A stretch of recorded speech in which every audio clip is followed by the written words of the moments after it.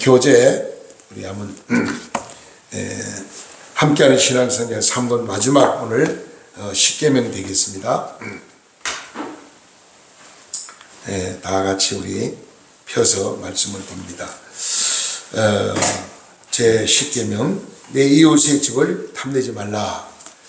우리 한번 같이 한번 큰서 읽어보겠습니다. 서론을 83페이지입니다. 83쪽 제 11과 제 10계명 다 같이 봅니다. 시작.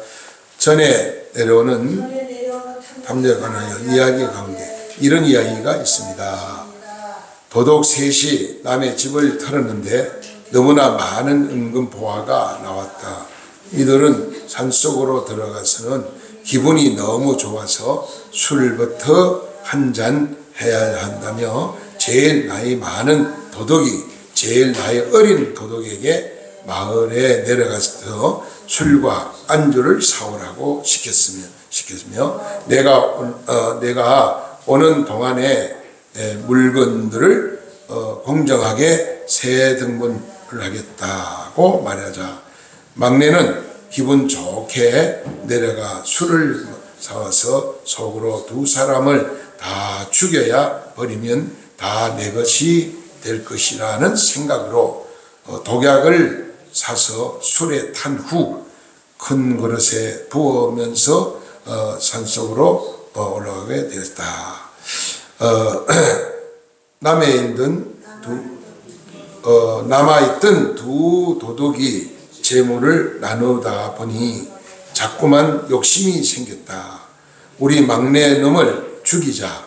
그러면은 너와 내가 더 큰 복을 가질 것이냐며 막내가 오기를 기다리고 있었다. 한참 후에 막내가 도착하자 수고했다는 말 한마디에 없이 몽둥이로 치고 도끼로 찍어서 죽여버린 후 두 사람을 아무렇지도 않다는 뜻이 막내가 사온 독이 든 술을 마셨다가 둘 다 죽고 말았다는 것입니다. 무엇을 보여줍니까? 지나친 탐욕은 나도 너도 다 죽는다는 교훈입니다. 탐심이 이란 말에 어울린 히브리어로 라마트라고 합니다. 이 말은 남의 것을 바라거나 탐하는 것 또는 사모하거나 즐거워하는 것으로 탐욕을 유발시키는 것을 말합니다. 헬라어로는 프레오레스크스라고 하는데 더 많은 갖다가 하라는 의미를 필요로 이상 과도한 욕망을 이런 뜻입니다. 네. 자, 오늘 여기 서론을 우리가 잘 넘겨서 계속 읽습니다. 탐욕은 마치 밑 빠진 독에 같아서 모두 다 만족할 줄 모른다고 합니다. 모든 죄의 근원은 탐욕에서 출발합니다. 탐욕은 충분한 것보다가 더 원하고 세상에 대한 과도한 욕심, 사랑으로 물질을 초구합니다. 또한 물질을 하나님의 위에 놓은 우상행죄를 의미하며 탐욕은 마음에서 발생하여 죄를 낳고 죄가 장성하여 행동을 낳고 결국은 죽음에 이르게 합니다. 그러므로 탐욕을 가장 조심해야 할 것입니다. 예. 자, 이거는 전해온 이야기지만은 이건 하나 예화 실제로 있었던 사건이라고 그래요. 도둑놈 3명이 가서 잘 털어가지고 신바람이 나가지고 이걸 산속에 들어가서 이걸 세 살이 똑같이 놀아서 우리 잘 살자.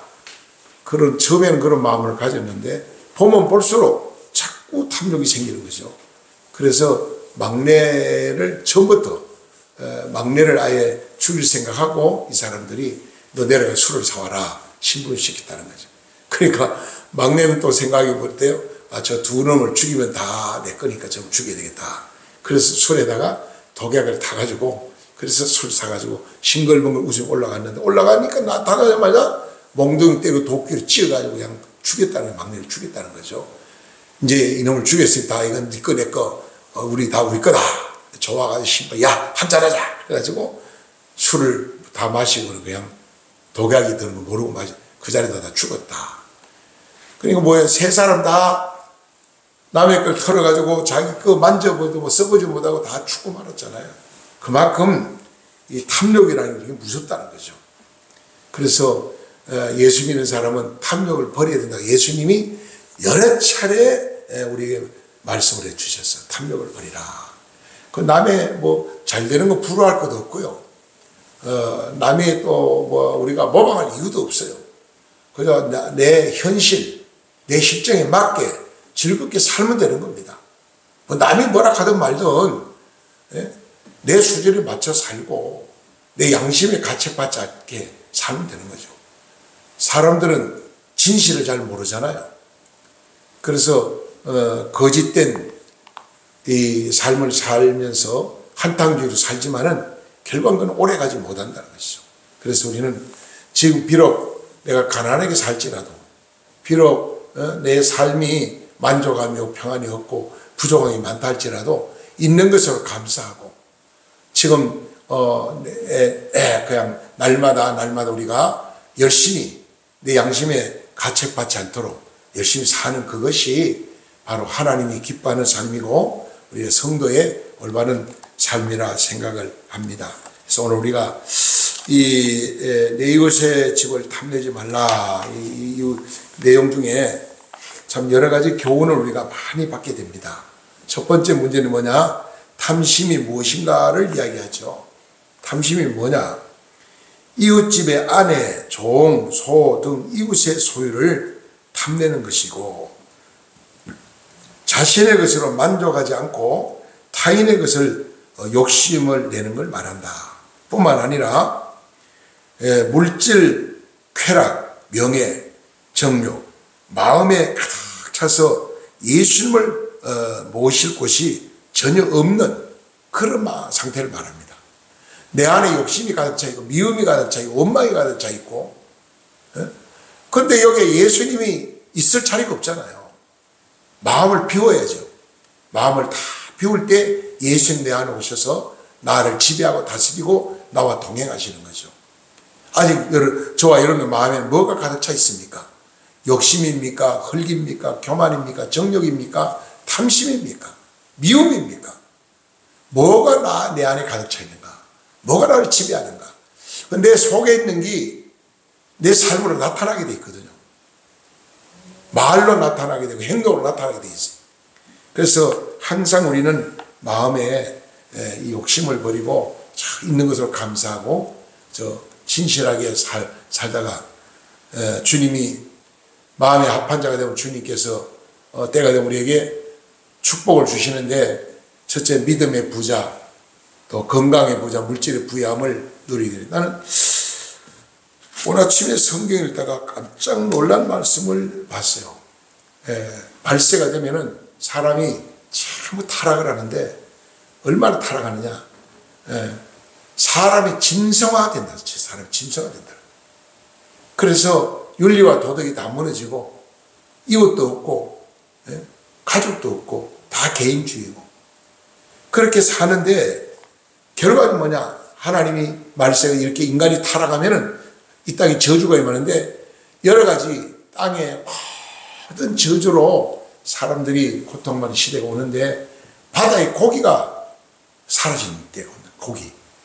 고기가 하나님의 저주로 고기가 많이 잡혀도 고기가 안 잡힌다는 거예요. 고기가 없어진다는 거예요. 자꾸 고기가 사라지고 공중의 새도 땅에는 모두 짐승도 다 저주를 받게 될 것이다. 그리고 내 얼굴에 똥칠하는 시대가 온다. 이런 말씀을 봤어요.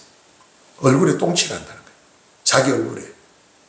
참 그 말씀을 읽으면서 제 자신이 참 많은 찔림을 받았어요. 과연 내가 하나님 앞에 얼굴에 똥칠 안 할 정도로 정말 깨끗한 삶을, 바른 삶을 살고 있는가? 내 양심 앞에서 하나님 보시기에 모든 사람이 저를 바라볼 때 어떻게 바라보는가? 생각을 많이 해봤습니다. 지금 바다에 우리 동해안 쪽 고기가 안 잡히죠. 고기가 없잖아요. 오징어 때도 사라지고 없고 명태 때도 사라지고 없고 그래서 잡고기 조금 잡히는 뿐이잖아요. 이게 바로 말세의 징조인데 인간이 타락한 증거를 타락. 하나님을 잘 섬기고 타락하지 않고 바르게 살고 하나님 모든 걸 풍족하게 주셨다는 거예요. 너무 인간이 배부르고 등 뜨시고 부족함이 없으니까 그저 날마다 먹고 마시고 즐기고 육식 쾌락을 해서 사는 시대 말세를 그걸 말세라고 그랬죠. 우리가 살고 있는 시대는 참 편리한 시대에 살고 있지만 참 무서운 시대에 우리가 지금 살고 있습니다. 힘들고 어려운 시대에 살고 있습니다. 그다음 두 번째는 뭐냐, 그리스도인들이 탐내지 말아야 될 것이 뭐냐 하는 것을 성경은 우리에게 말씀하고 있죠. 민수기 11장 4절에 그들 중에 섞여 사는 다른 인종들이 탐욕을 품음에 이스라엘 자손도 다시 울며 이르되 누가 우리에게 고기를 주어 먹게 하라. 애굽에 있을 때는 이스라엘 백성들이 그 고기를 마음대로 많이 먹었는데 애굽에서 해방대가 나와가지고 홍해를 건너 광야를 40년 가는 동안에 하나님이 백성이 농사 안 했지만은 뭘 주셨어요? 메추라기. 하도 고기를 달라고 하니까 하나님이 메추라기 고기를 주셨고 만나를 주셨고 그래 하나님 주셨는데도 만족이 없어요. 평안이 없어요. 근데 애굽에서 우리가 고기를 시큼 먹었는데 여기 고기도 마음대로 못 먹고 왜 우리를 여기 애굽에 나오게가 이렇게 고생하게 하느냐고 지도자 모세를 원망하고 그랬죠. 야고보서 1장 14절에 이런 말씀하죠. 오직 각 사람의 시험을 받는 것은 자기 욕심에 끌려 미혹됨이니. 욕심 때문에 미혹에 넘어지는 거죠. 욕심 때문에 죄를 지는 거죠. 결국 탐심이죠.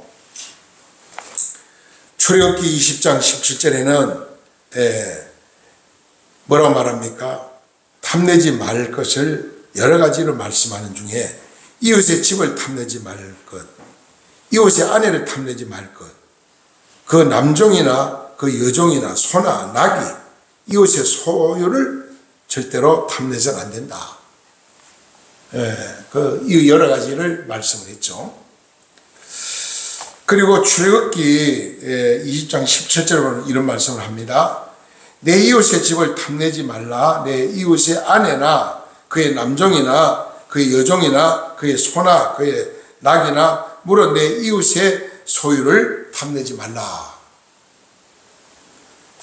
또 신명기 5장 21절에 보니 이런 말씀을 합니다. 내 이웃의 아내를 탐내지 말지니 내 이웃의 집이나 그의 반이나 밭이나 그의 밭이나 그의 남종이나 그의 여종이나 그의 소나 그의 낙이나 내 이웃의 모든 소유를 탐내지 말라 그랬습니다. 또 열왕기상 21장 19절에 보니까 하나님 이렇게 말씀하죠. 너는 그에게 말하여 이르되기를 여호와의 말씀이 내게 내가 죽이고 또 빼앗나니 하였다 하고 또 그에게 이르기를 여호와의 말씀이 개들이 나봇의 피를 핥는 곳에서 개들이 내 피 곧 내 몸에 피도 핥으리라 하였다. 남을 억울하게 죽이면은 내가 그런 죽음을 당한다는 거죠. 개가 와서 시체를 뜯어먹고 피를 핥아먹는 남을 죽여서 그거 내가 다 차지하려고 그러는데 결과적으로 나도 누구의 손에 그렇게 죽음을 맞이하게 된다. 그러므로 항상 우리는 바르게 살아라는 것을 계속 말씀하고 있죠. 또 사도행전 5장 3절에 보니까 베드로가 이르되 아나니아야 어찌하여 사탄이 내 마음에 가득하게 내가 성령을 속이고 땅값 얼마를 감추었느냐. 성령을 속였다. 하나님 앞에 서운한 것을 실천하지 아니했다. 아나니아 삽비라는 남편도 성령을 속이고 아내도 성령 속이다. 둘 다 멸망하고 말았죠. 큰 세 번째, 탐심의 결과는 어떤 것이냐 하는 걸 이야기하고 있습니다. 탐심의 결과는 뭐냐? 탐심에 사로잡히면 범죄 후에 일어날 결과에 대해서 무감각한 뿐 아니라 자신에게 찾아올 불이익이나 상처를 고려하지 않는다는 거죠. 그래서 행동하게 된다. 이것이 다른 이름을 욕심이다. 인류의 시조 아담 하와는 선악과를 따먹는 자신에게 찾아온 심판의 결과를 전혀 생각지 못하고 행동으로 옮겼다는 것이죠. 하나님은 선악과를 따먹으면 반드시 죽는다. 근데 내가 이 선악과를 따먹으면 그 다음에 죽는다는 하나님 말씀 잊어버리고 순간적 선악과를 보니까 뭐라고 그래요? 보암직도 하고 탐스럽기도 하고 먹음직하다. 죄를 왜 지느냐? 바라볼 때 죄를 볼 때. 안 보면 죄라는데 눈으로 보고 죄를 질 때 참 많아요. 모든 죄를 지는 게 눈으로 볼 때 죄를 질 때가 많죠. 그래서 우리는 남의 허물을 보면은 나도 모르게 저 죄를 져요. 허물을 보면 덮어줘야 되는데, 싸매줘야 되는데, 그 허물을 폭로하고 더 큰 상처를 갖다 주는 경우를 우리 주위에서 많이 봅니다. 그래서 우리가 내가 답답한 문제를 어떤 나하고 친한 사람하고 친하게 찾아가 상담하잖아요. 내 있는 모든 걸 고백하잖아요. 그러면 그걸 참 위로해주고 용기를 주고 싸매주고 치료해야 되는데 그냥 돌아서 말다 헐떡고 짓밟고 무시해버려요. 이게 오늘 사회입니다. 그럼 예수님은 그렇지 않죠. 예수님은 우리의 아픔을 주님께 내려 다 고백할 때 우리 주님은 우리의 모든 허물과 죄를 용서해 주시고 치료해 주시고 회복시켜 주는 분이 바로 예수님이죠. 우리의 상담자는 예수님밖에 없고요. 우리의 구원자는 예수님밖에 없고요. 나의 진정한 친구는 예수님밖에 없다는 거예요. 진정한 친구는 뭐냐? 예수님 말씀에 친구의 생명을 바치는 게 친구라고 그랬거든요. 어떤 친구가 나를 위해서 생명을 대신할 친구가 있겠습니까? 예수님 한 분밖에 없다는 거죠. 그래서 우리는 내 아픔을 사람에게 말하지 말고 예수님께 털어놓고 기도하고 고백하고. 제가 이렇게 전도하다 보면요, 저는 뭐 식당에 가든 어디 가든 며칠 전에 이발소에 가서 전도를 했더니 교회를 다니다가 큰 상처를 받아가지고 교회를 안 다니고 있어요. 그래서 더 이상 방황하지 말고 빨리 하나님께 나오시라고 내가 기도해주고 그리고 이발하고 왔는데, 우리 주위에 보면은 뭐 이런 이유 저런 이유로 사람 때문에 상처받은 자, 또 목사님 때문에 상처받은 자 참 많아요. 보면은 성도들에게 목사님은 성도들을 싸매주고 치료하고 그 사명의 영혼을 살리는 사역이 목사님의 사명인데, 목사님들이 성도들에게 잘못 말을 하고 잘못 처신해가지고 본을 보이지 않는 삶을 통해서 성도에게 상처를 줘가지고 시험을 받게 하는 경우가 참 많다는 거죠. 이게 참 굉장히 두렵고 떨리는 사건이죠. 그래서 바울 사도는 늘 이런 얘기합니다. 선생된 너희가 더 큰 심판을 받을 줄 알라. 지도자가 잘못 살면 더 큰 심판을 받는다는 거예요. 지도자가. 하나님 명령 어기는 것이 바로 우리가 큰 죄다. 우리 하나님 앞에서 참 이러한 죄를 우리가 범할 때가 너무 많은데요. 사무엘상 15장 9절에 보니까 이런 말씀합니다. 뭐라고 말씀하냐면은 사울과 백성이 아각과 그의 양과 소와 가장 좋은 것 또는 기름진 것과 어린 양과 모든 좋은 것을 남기고 진멸하기를 즐겨 아니하고 가치 없고 해차는 것을 진멸했다. 하나님은 전쟁을 통해서 나라에 승리하면 그 나라의 모든 일을 싹쓸이 죽여버려야 된다. 근데 좋은 것은 감춰두고 안 좋은 것만 다 다 없애버린다는 거죠. 하나님이 진노하신다. 또 민수기 12장 9절 10절에 보니까 하나님의 진노가 임한다. 우리가 탐심의 결과는 하나님의 명령을 어기는 것이 탐심이고, 하나님 말씀 우리가 아멘 아멘 순종해야 되는데 하나님 말씀 어기는 자체가 바로 탐심이다. 하나님의 진노가 임한다는 것을 알지도 못하고 그 다음 문제를 우리가 생각해야 되는데 그 다음 문제를 생각 안 하고 살아요. 내가 지금 현재 이런 말을 하면, 이렇게 내가 행동하면 다음에 나에게 어떤 문제가 생길까? 깊이 우리가 생각해보고 또 생각해보고 덕이 안 되거나 유익이 안 되는 건 아예 우리가 조심하고 그걸 하지 말아야죠. 끊을 걸 끊고 버릴 걸 버려야죠. 그 다음에 하나님의 나라의 기업을 얻지 못한다. 탐심 때문에 죄를 지니까요. 우리가 예수 믿는 사람은요, 건강의 복도 받아야 되고, 믿음의 부자도 돼야 되고, 물질의 부자도 돼야 돼요. 물질의 복도 받아야 됩니다, 성도들이.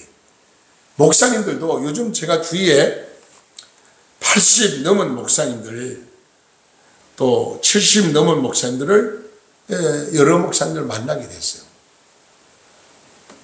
그냥 은퇴하고 목회를 안 하고 그냥 조용히 사는 분은 다 병들고 놀러나 다니고 먹고 마시고 그렇게 사는데, 연세가 들어도 제2사역을 열심히 하는 분들이 있어요. 건강하시고 행복하게 사시더라고요. 우리 하나님 앞에 일하는 재미, 그거 참 좋잖아요. 우리가 노동이라는 건요, 건강에 도움이 되는 거예요, 사실은. 노동을 천하게 생각하면 안 돼요. 기쁨으로 생각하고 일을 해야죠. 하나님의 진노가 임한다. 여호와께서 그들을 향하여 진노하시고 떠나가심에 구름 장마 위에서 떠나갔고, 미리암은 나병에 걸려 눈같이 눈 하얗게 되어버렸다. 아론의 미리암을 본 적 나병에 걸렸더라 그랬어요. 이거는 하나님의 진노가 임하는 걸 모르고 살다가 그렇게 됐다는 거죠. 또 에베소 5장 5절에 보니까 하나님 나라를 기업으로 받지 못한다. 너는 정녕 이것을 알거니와 음행하는 자나 더러운 자나 탐하는 자는 결코 하나님 나라에 들어갈 수 없다. 예수 믿으면서도, 예수 믿기 전에는 상관없죠. 예수 믿으면서도 성도답게 살지 못하고 옛생활을 버리지 못하고 계속 내 마음에 욕심이 가득 차고 흙이가 가득 차고 미움이 가득 차 있고 내 마음에 정욕이 가득 차 있고 남의 인격을 존중하지 못하면 무시하고 남을 짓밟고 상처 주고 이런 삶을 살면요 하나님의 영광을 가리잖아요. 그런 사람 때문에 손가락질을 당하고 예수 믿는 사람이 뭐 저래 하고 욕도 먹잖아요. 그래서 우리는 항상 세상에 덕을 끼치는 자, 빛과 소금이 되는 사명을 감당해야 될 것을 말씀합니다. 그래서 네 번째 문제는 뭐냐면 여호수아 7장 25절에 보니까 자신과 타인에게 괴로운 결과를 만들게 된다. 탐심이 그렇다는 거죠. 이렇게 말해서 여호수아가 이르되 내가 어찌하여 우리를 괴롭게 하느냐. 여호와께서 오늘 너를 괴롭게 하리라 하니 온 이스라엘이 그들 돌로 치고 돌로 치고 물건들도 돌로 치고 불사르고 그랬어요. 다 이렇게 정말 바르게 사는 사람을 저주하고 짓밟고 죽이면은 그 죄가 자기한테 다 돌아온다는 거죠. 그래서 여호수아 7장 20절 21절에 이런 말을 합니다. 아간이 여호와께 대답하여 이르되 참으로 나는 이스라엘의 하나님 여호와께 범죄하여 이러하게 행하였나이다.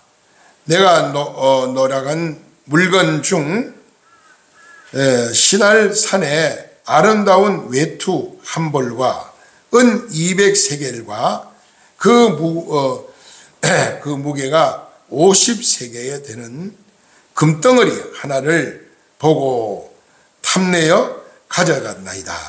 보소서 이제 그 물건들을 내 장막 가운데 땅속에 감췄는데 은은 그 밑에 있나이다 하더라.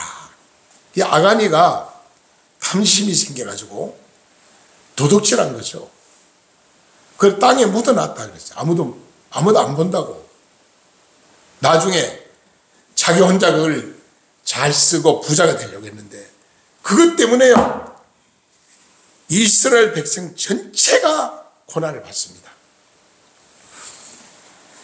이스라엘이 여리고성 전쟁에 대해 승리를 했지만은 아이성 조그마한 성인데 전쟁터들을 대패하고 마는 거예요. 이스라엘이.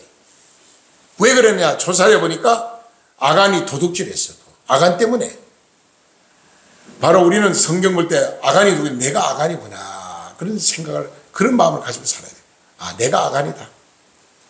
내가 하나님 앞에 바로 살지 못하니까 이 사회가 썩고 부패하고 잘못됐다. 나 때문이다. 이런 생각하지 되는데 나는 깨끗하고 나는 청지하고 나는 바른데 너 때문에 이렇다. 모든 사람이 다 자기 탓으로 돌린 자가 별로 많이 없잖아요. 그럼 우리는 늘 어려운 일을 만날 때 다 내 탓입니다. 내가 잘못입니다.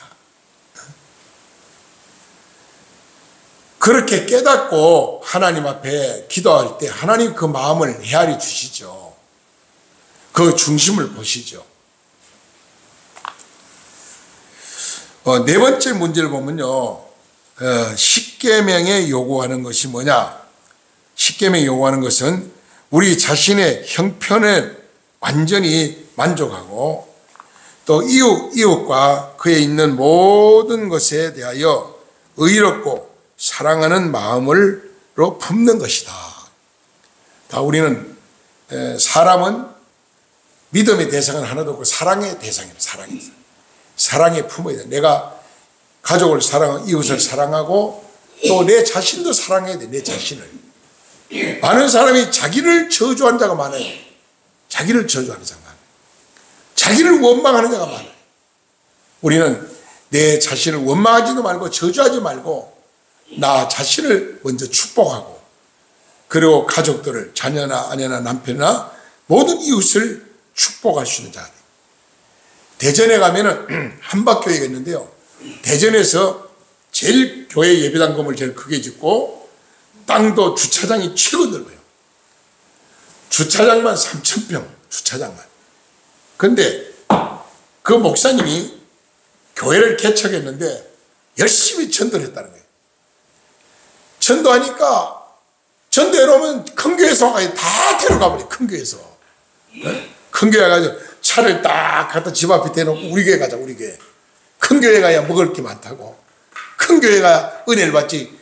작은 교회 개척교회 가면 부담스럽고 그러니까 우리 교회 가자. 이래가지고 목사님이 전도해 놓고 큰 교회에서 차 가지고 다 데려가니까 화가 막 나더래. 화가 나더래. 그래서 안 되겠다. 대전 교회가 전부 딱 망하도록 기도했다고. 막 대전 큰 교회 망하라고 막 기도했다는 거예요. 하나님 대전에 큰 교회 다 늘 망하게 해주세요. 그걸 기도를 하다 보니까 하나님 말씀 보고 깨달음 주더래요. 야, 모두가 잘 돼야지 왜 망하게 기도하느냐. 나는 망하라고 기도하는 안 들어줘. 사랑해야 되고 축복해야 되고 위로해야 되고 소망을 주는 기도를 해야지. 망하라고 기도하면 내가 들어주겠냐? 너 기도가 잘못된 거야. 하나님은 책망하라 그래요. 그래서 그 다음부터 생각을 바꿔먹고 새벽에는 2시간 동안 대전에 있는 교회 명단을 큰 교회 명단만 넣고 막 축복 기도를 했대요. 1년 동안. 그랬더니 기적이 났네요. 어떤 장로님 한 분이 땅을 5만 평을 바쳤어. 그 개척교회에다가 5만 평을 바치니까 그게 4만 평은 팔아가지고 예배당 짓고 1만 평은 전부 거기다가 막 주차장 예배당 건물 다 지었어요. 거기다 1만 평 안에 1만 평 안에다가 그러니까 주차장만 한 5천 평 돼요. 그때부터 그냥 하여튼 돈 있는 성도들 능력 있는 성도들 그냥 하나님 막 보내주더래요. 그래가지고 지금 그 교회가 제가 알기로는 3,000명 이상 모이는 교회로 부흥한 교회입니다.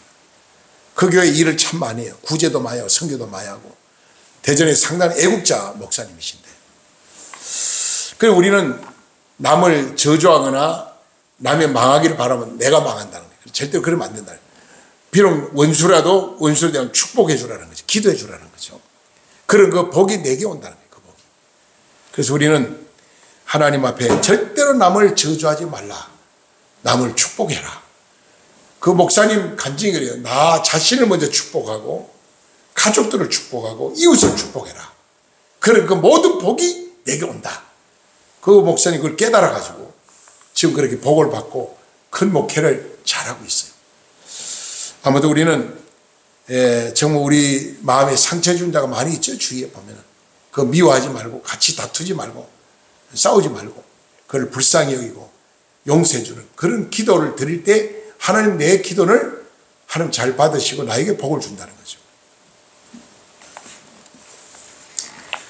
네 번째 보면 계명이 요구하는 것이 뭐냐? 우리 자신의 형편 완전히 만족하며 이웃과 그에게 있는 모든 것에 대해서 의롭고 사랑하는 마음을 품으라 그랬습니다.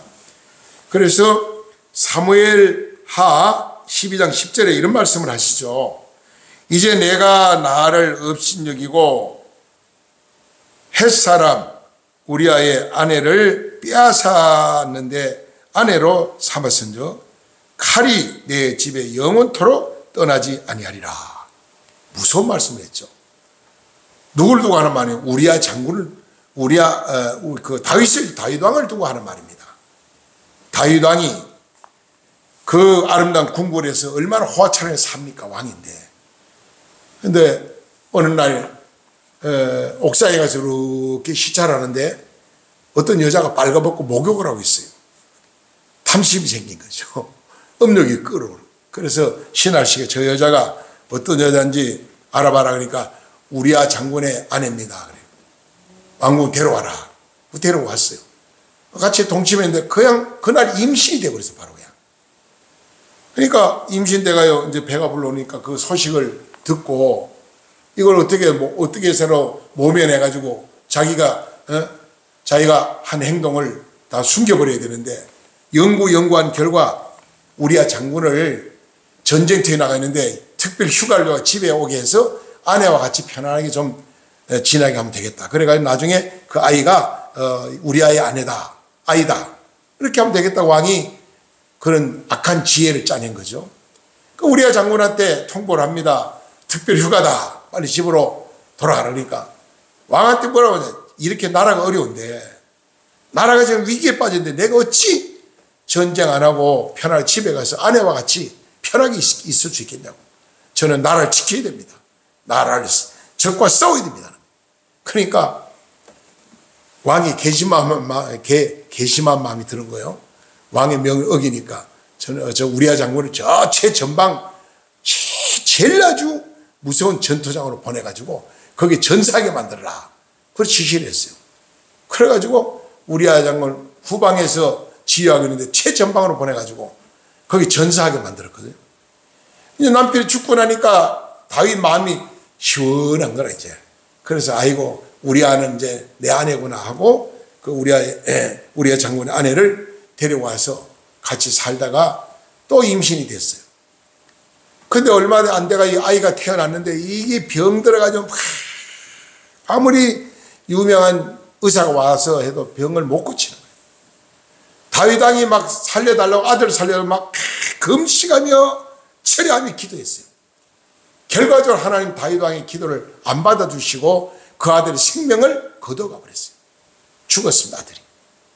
이게 뭐냐? 바로 죄값이라는 거죠. 죄값.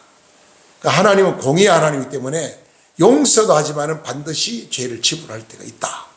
회개 안 하면. 그때까지 다윗이 회개 안 했잖아요.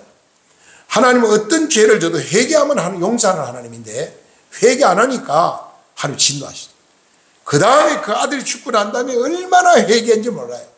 나단 선지자의 책망을 듣고 선지자가 와서 바르게 죄를 지적하니까 그 죄를 깨닫고 회개하고 심장을 뛰고 눈물로 세월을 보냈죠. 그때 태어난 아들이 누구냐? 솔로몬입니다. 죄를 깊이 회개하니까 하나님이 한 아들 회개하기 전에 죄악으로 잉태한 아들은 생명 걷어가 버리고 회개하고 기도할 때 하나님 주신 아들이 지혜로운 아들 솔로몬을 주셨어요. 오늘 우리는 하나님 앞에 회개만 하면 어떤 죄나 용서, 과거를 보지도 않고 묻지도 않는 하나님. 하나님 지금 현실을 보시는 하나님이시죠. 그래서 사무엘상 12장 10절이 아주 중요합니다. 이제 내가 나를 업신여기고 햇사람 우리아의 아내를 빼앗았다 그랬잖아요. 그래 뭐라고 그럽니까? 칼이 내 집에서 영원히 떠나지 아니한다.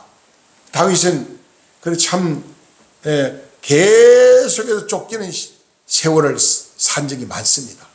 칼날을 피해가지고 죄 때문에. 그 다음에 히브리서 13장 5절에 이런 말 하죠. 돈을 사랑하지 말고 있는 바를 족한 줄 알라. 그가 친히 말씀하시기를 내가 결코 너를 버리지 아니하고 너를 떠나지 아니하리라 하였느니라. 사람은 나를 버립니다. 친구도 나를 버리고요. 아내도 남편도 자식도 부모도 나를 버릴 수가 있어요. 그러나 예수님은 절대로 버리지 않는다는 거예요. 한 번 예수를 내 마음에 구주로 영접하면 영원히 나와 함께 하신다. 비록 내가 죄를 지고 실수하고 내가 잘못 인생을 산다 할지라도 예수님은 우리를 용서하신다 그랬어요. 끝까지 사랑한다고 그랬어요. 버리지 않는다. 로마서 12장 17절에 보면 이런 말씀하죠. 아무에게도 악을 악으로 갚지 말고 모든 사람 앞에 선한 일을 도모하라. 악으로 악을 갚지 말라는 거예요. 모든 사람 앞에 선한 일을 도모하라. 선으로 악을 이기라는 겁니다. 선으로 악을 이기라는 겁니다. 악은요 계속 악을 연결됩니다. 계속 끝이 없습니다. 사랑은 다 그 앞에 무릎 꿇게 되어 있어요. 10번째 계명에 우리에게 주시는 교훈은요 여러 가지 있습니다. 원수를 미워하지 말고 원망하지도 말 것을 말합니다. 교훈하고 있죠. 모든 사람의 선한 일을 하게 하라는 것이죠. 이것을 탐심을 넘어 선을 베푸는 교훈이다 그랬어요. 레위기 19장 17절 18절 이런 말씀합니다. 너는 내 형제를 미워하지 말며 내 이웃을 반드시 견책하라. 그러면 내가 그에 대하여 죄를 담당하지 아니하리라. 원수를 갚지 말며 동포를 원망하지 말며 내 이웃을 사랑하기를 내 자신같이 사랑하는 자가 되라. 여러분 내 이웃을 내 몸같이 사랑하라. 동포를 사랑하라. 북한은 우리의 동포입니다. 비록 김일성이한테 쏘가지고 공산주의에 빠져 있지만은 불쌍한 우리 동포죠. 그걸 미워하지 말고 우리가 공산주의 사상은 우리가 미워해야 되지만 배척해야 되지만은 북한 동포는 우리가 불쌍히 여기고 사랑해야 된다는 거죠. 품어야 된다는 거죠. 우리 거울보기 다 같이 함께 읽어보고 오늘 말씀을 마치겠습니다. 자, 89페이지에 거울보기 다 같이 봅니다. 크게 시작. 다 같이 읽어요. 1957년 더불어 이방인이 이러한 정품으로 노벨 문학상을 받았던 프랑스의 알렉스 가우이가 1942년에 발표한 올해라는 외국에 보면은 한 어머니가 여자 혼자 힘으로 아주 힘들게 남의 면을 키웠습니다. 그런데 그 아들이 지독 가난한 견디지 못해 집을 나가버렸습니다. 충격받은 어머니는 남을 따라가 함께 돈을 모으는 것이지만 우리가 다 같이 모여 행복하게 살 수 있다는 생각에 사로잡혀 수단을 방법을 가리지 않고 돈을 모으기 위해서 여인숙을 차립니다. 여인숙 속에 투숙하러 오는 손님들 중에 돈이 많이 보이는 손님들이 살해하여 돈을 가르치고 시체를 강물에 던져버린 것으로 돈을 모았습니다. 많은 세월이 흐르는 동안 집은 나간 아들은 크게 성공하였고 남았던 두 모녀는 역시 많은 돈을 모았습니다. 그러나 아직도 더 벌어야 한다는 생각으로 전과 같은 방법으로 돈을 모아야 나간다는 그러면서 집을 나갔던 아들을 기다렸습니다. 오랫동안에 집을 나가 있었던 아들은 집안이 너무나 어려울 때 나갔기 때문에 그 죄책감으로 쉽게 집으로 돌아올 용기를 내지 못했습니다. 자신의 아내와 상의한 끝에 우선은 자기 신분을 숨기고 여인숙에 투숙하여 동네 산 후에 기회를 봐서 자신을 나타내는다고 했습니다. 고급 원단으로 만들어진 옷을 입고 귀태 나는 모습으로 여인숙에 갔다가 투숙을 하였는데 두 모녀는 흉흉하게 차려입은 청년인 필시 돈이 많은 줄 알고 그날 밤 잘 해줘하였습니다. 그 후에 음료수에 수면제를 타서 먹여 깊이 잠들게 해서 강물에 갖다 던져버립니다. 모녀는 쉽게 차려입었다면 기쁨으로 돌아와 죽은 청년의 침을 뒤집겠다가 그가 자기 아들인 줄을 알고는 오해를 털어냅니다.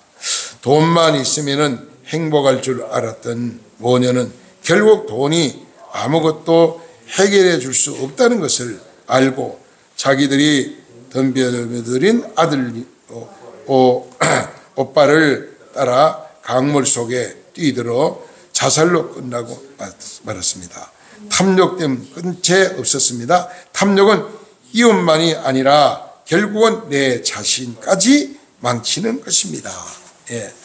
이러한 경우가 참 많아요. 보면은 어떤 사람은 큰 보험을 넣어놓고 남편을 죽이고 아내를 죽이고 뭐 이런 경우도 있고 그 일부러 교통사고를 계획적으로 해가지고 교통사고로 상대방을 해치고 그래가지고 보험금을 챙기려고 하는 자가 있고 등등 뭐 여러 가지 이렇게 악한 생각으로 이 어머니도 너무 가난하니까 아들은 집을 나갔지 얼마 답답 그러니까 어떻게 돈을 벌어야 겠다 생각을 가지고 돈을 제일 벌 수 있는 방법이 돈 많은 사람이 여인숙을 차려놓고 손님을 받는데 돈 많은 사람 오면은 이 사람 죽이고 저 돈을 내가 뺏어야 되겠다 해서 항상 그런 식으로 수면제를 먹이고 잠들면은 강에다가 던져버렸다는 얘기죠.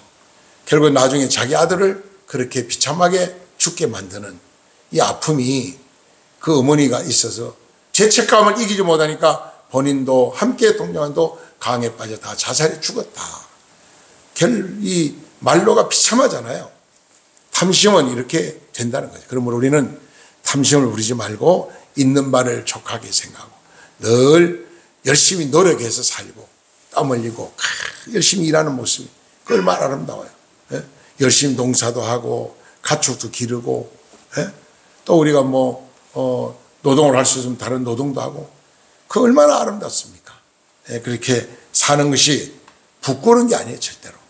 은퇴하고 편안하게 사는 게 행복이 아니고, 은퇴 후에 일감이 있어서 열심히 일하고 사는 게 그게 복이라는 걸 깨닫고, 항상 선한 일의 부자가 되고, 하나님 보시기에 내 양심 앞에서 모든 이웃 사람, 주위의 사람들 보기에 지탄의 대상이 아니라 존경의 대상이 되고, 정말 우리가 사랑을 받는 것도 그게 아니고 사랑을 베푸는 자가 되고, 나누고 베풀고 섬기는 그런 삶으로 하나님 앞에 영광 드리고, 절대로 잘 사는 사람, 누구는 돈이 많고 누구는 저 잘 됐는데 왜 나는 이렇게 없는가, 나는 이렇게 살아야 되나, 그럴 이유가 없어요. 그런 절대로 부러워하지 말고, 오늘 나에게 건강 주신 걸 감사하고, 오늘도 나의 일용할 주신 걸 감사하고, 지금 내게 있는 것으로 감사하게 살면은 하나님이 앞으로 자손들도 잘 되게 하실 것이고, 뭐든지 하나님이 크게 축복하실 것이다, 생각을 합니다. 그래서 목사님들도 오직 영혼 구원을 위해서 최선을 다해야 되고, 성도들은 어떻게든 내가 경건하게 믿음으로 이왕 예수 믿을 바는 바르게 믿고 바르게 살아야 되겠다, 그런 마음을 가지고 하나님을 잘 섬겨서 하나님 아버지를 기쁘게 드릴 때 하나님 우리의 소원을 이루어 주실 것입니다. 그래서 저도 어떻게 하면 제2 사역을 지금 하는데 목회를 좀 알차게 할 수 있을까, 그래서 원래는 좀 축복받는 원리를 좀 많이 깨닫게 하는 것 같아요. 그래서 저도 목사도 복을 받아야 되고 성도도 복을 받아야 되고 잘 돼야 되겠다. 올 한 해 동안 잘 되는 한 해가 되기 위해서는 우리가 이러이러한 삶을 살아야 되겠다. 그래서 10가지 비전과 10가지 삶의 축복에 대해서 제가 이제 헌금 봉투에다가 뒷면에 인쇄를 해서 그걸 두고 우리가 그 말씀을 암송하면서 그렇게 살려고 그러고, 그럼 구체적으로 교회 우리가 목회를 요즘 가끔 우리가 성도를 모시고 이래 어딜 들어가는데 교회 봉고차가 없고 승용차, 우리 차는 7인승이지만은 뒤에까지 다 해야 7명이 타는 건데 늘 5명 이렇게 타고 다니는데 불편할 때가 많아요. 그래서 차부터 바꿔야 되겠다 그래요. 얼마 전에 우리 석성진 성도님이 그래요. 이 카니발이 참 너무 좋은데 그래. 나는 성도님 좋다 그러면 그냥 그거 여사로 안 듣거든요. 그래서 대번에 카니발을 제가 계약을 해버렸어요. 요즘 카니발이 두 가지, 전기차도 나오고요, 이제 하이브리드로 나오더라고요. 그래서 우리 9인승을 했는데 이게 얼마나 많이 밀렸는지 12월 달 뒤에 차가 나오는데 12월 달 뒤에 차가 나온다는 거예요. 그래서 차도 좀 교인들이 많이 탈 수 있는 차가, 교회도 어떻게든 우리가 교회가 지역을 섬기고 하나님을 기쁘게 하는 일을 많이 해서 우리 주위에 믿다가 낙심한 자들, 상처받은 자들, 소외된 자들 다 우리가 임마누엘 재단으로 장성천교를 인도해서 같이 우리가 예수 믿고 같이 즐거워하고 같이 행복을 느끼고 같이 건강을 회복하고 물질의 복을 받고 한 믿음의 공동체 안에서 이런 삶을 우리가 살면 좋겠다, 그런 생각을 하면서 이제 상당히 저도 어깨에 무거운 짐을 지고 기도 제목을 가지고 달려갑니다. 이 말씀 마음에 새기면서 이제 10계명을 우리가 1계명, 10계명까지 주일마다 이제 공부를 했고요. 다음 주부터는 또 다른 교재를 가지고 또 공부를 계속 오후에 공부를 할 겁니다. 그래서 우리 믿음이 성장해서 정말 하나님 앞에 큰 충성된 일꾼들이 다 되시기를 저는 축복합니다. 기도드리겠습니다.